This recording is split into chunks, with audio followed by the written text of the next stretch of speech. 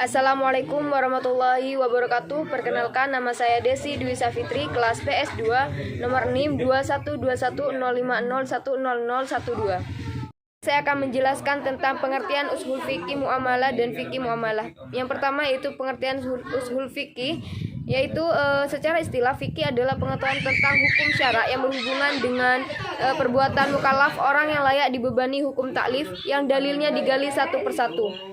Nah, sedangkan mendefinisikan ushul fikih sebagai pengertian tentang kaidah-kaidah yang dijadikan sarana alat untuk menggali hukum-hukum fikih. Dengan kata lain, ushul fikih adalah kaidah-kaidah yang menjelaskan tentang cara metode pengambilan penggalian hukum-hukum yang berkaitan dengan perbuatan manusia dari dalil-dalil syar'i. Ungkap Profesor Muhammad Abu Zahra dalam bukunya bertajuk Ushul Fikih. Contohnya, kata dia, ushul fikih menetapkan bahwa perintah amar itu menunjukkan hukum wajib dan larangan nahi menunjukkan hukum haram. Fikih hadir dengan tujuan untuk mengetahui dalil-dalil syara baik yang menyangkut bidang akidah, ibadah, muamalah, akhlak beserta ukubah, hukum yang berkaitan dengan masalah pelanggaran atau kejahatan. Dengan demikian, menurut Ensiklopedia Islam, hukum-hukum Allah Subhanahu wa taala dapat dipahami dan diamalkan. Dengan begitu, ushul fikih bukanlah sebuah tujuan, melainkan sarana untuk mengetahui hukum-hukum Allah Subhanahu wa taala terhadap suatu peristiwa yang memerlukan penanganan hukum. Dengan adanya ilmu ushul fikih, agama akan terpelihara dari penyalahgunaan dalil. Fikih muamalah. Kata fikih secara etimologi adalah yang memiliki makna pengertian atau pemahaman. Menurut terminologi, fikih pada mulanya berarti pengetahuan keagamaan yang mencakup seluruh ajaran agama, baik berupa akidah, akhlak maupun ibadah sama dengan arti syariah Islamiyah. Namun pada perkembangan selanjutnya, fikih diartikan sebagai bagiannya syariah Islamiyah, yaitu pengetahuan hukum-hukum syariah Islamiyah yang berkaitan dengan perbuatan manusia yang telah manusia dan berakal sehat, yang diambil dari dalil-dalil yang terinci.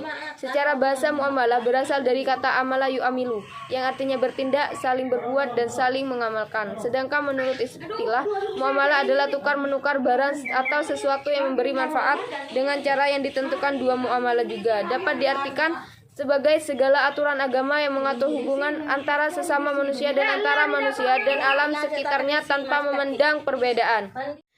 Assalamualaikum warahmatullahi taala wabarakatuh. Perkenalkan, nama saya Wilatun Hasanah, Prodi Perbankan Syariah, nomor NIM 212105010003. Objek kajian usul fiqh dalam kitab Al-Mu'amalah Al-Maddiyah wa Al-Adabiyah, sebagaimana dikutip oleh Rahman Syafi'i, membagi fikih muamalah menjadi dua bagian.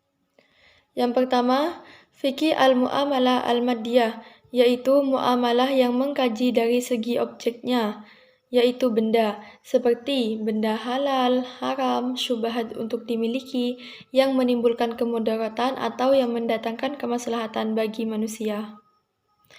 Ruang lingkup muamalah maddiyah ada 18 macam. Salah satunya adalah jual beli atau al-ba'i, gadai atau ran, jaminan dan tanggungan atau kafalah dan daman. Yang kedua, al-muamalah al-adabiyah, yaitu muamalah yang ditinjau dari segi cara tukar-menukar barang, yang sumbernya dari panca indera manusia. Sedangkan unsur-unsur dari al-muamalah al-adabiyah yang penegaknya adalah hak dan kewajiban, seperti jujur, iri, dan hasud. Ruang lingkupnya adalah ijab dan qabul, saling meridhoi, dan tidak ada unsur paksaan dari salah satu pihak. Cukup sekian penjelasan dari saya, kurang lebihnya mohon maaf. Wassalamualaikum warahmatullahi taala wabarakatuh. Assalamualaikum warahmatullahi wabarakatuh.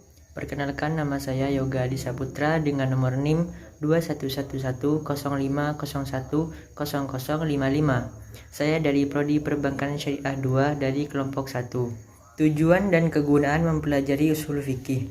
Tujuan ushul fikih adalah menerapkan kaidah dan pembahasannya pada dalil-dalil yang detail untuk diambil hukum syaraknya, sehingga dengan kaidah dan pembahasannya dapat difahami nas-nas syarak dan dengan hukum-hukum yang dikandungnya.